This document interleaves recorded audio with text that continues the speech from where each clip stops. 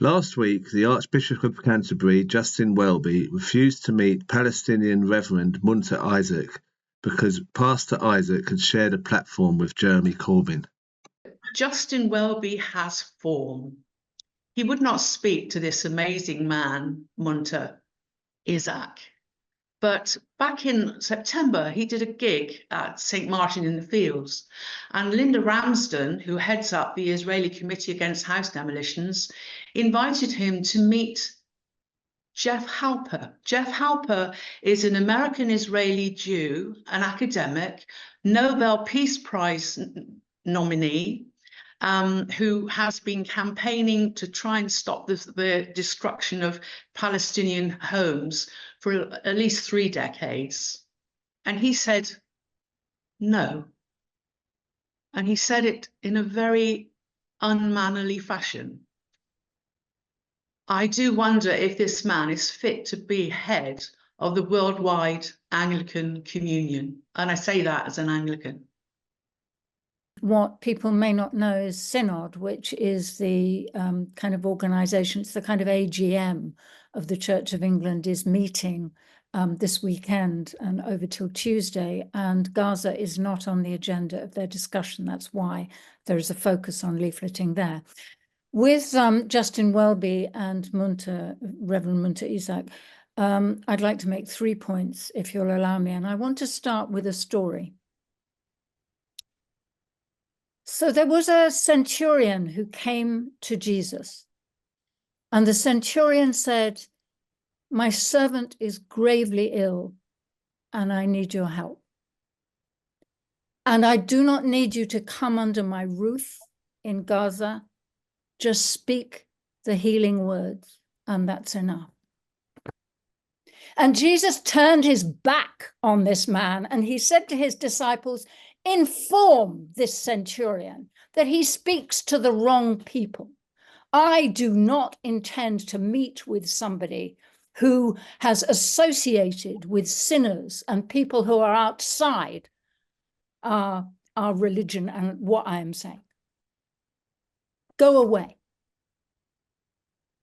Now that's the kind of Christianity that apparently the head of the Anglican Communion would like us to espouse.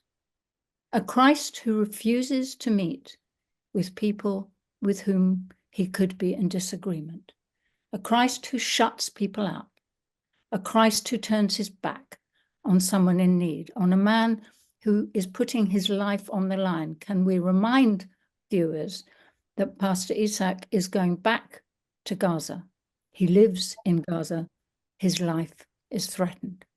Is that really the kind of Christianity that Justin Welby, the head of the Anglican Communion, wants us to worship? The second point I want to make is that, it's also incredibly irrational. Who else will Justin Welby not speak to who shared a platform with Jeremy Corbyn? So I assume he's not, absolutely not, talking to the Palestinian ambassador, Hussam Zumlot, who's just lost a huge number of his family members, including 7-year-old niece and nephew, twins. The child was blown out of the window. You can see a picture of her mutilated body hanging in a photograph, and a baby. He won't speak to Hussam Zumlot, clearly, nor Caroline Lucas, the Green MP, nor numerous trade union leaders. Who else is he not speaking to? Really, though, what I want to say is how incredibly sad I feel for him, for the lost opportunity of meeting somebody who is compassion in action. So I was at this February the 17th Q&A that was held in the Bloomsbury Baptist Church, and hats off to the Baptist Church. They've been absolutely wonderful. And I can honestly say that it was one of the most inspiring things I've ever been to. So Hussam Zumlot was there as well as Munter Issac.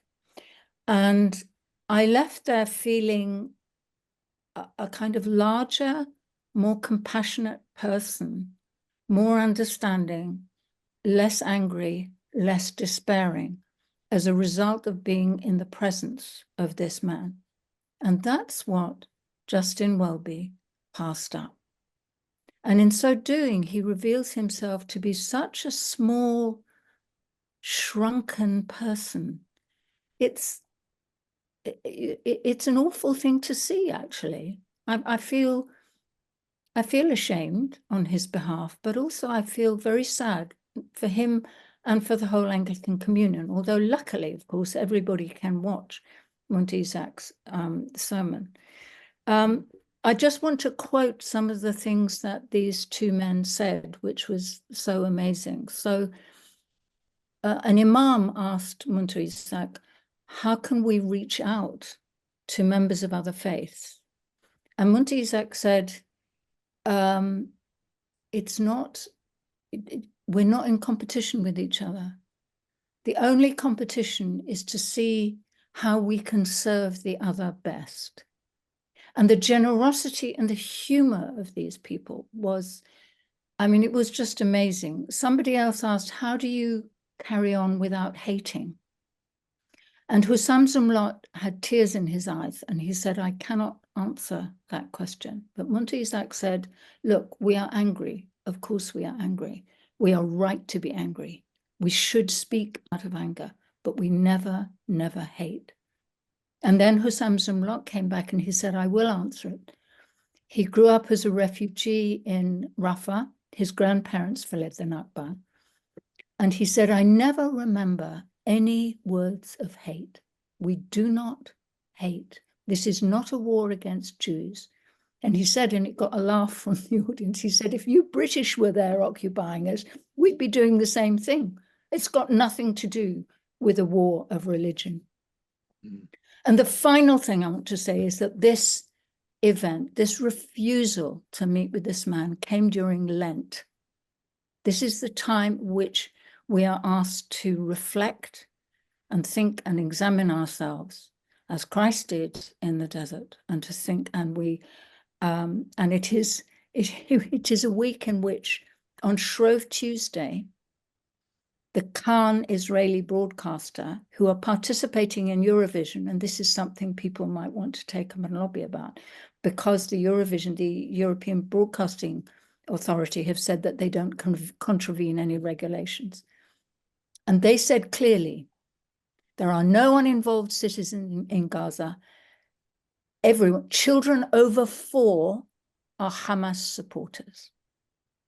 They are targets. Oh, under 4, 0 to 4, those are children, right? This is the country, this is the ethos that Justin Welby is endorsing in the season of Lent.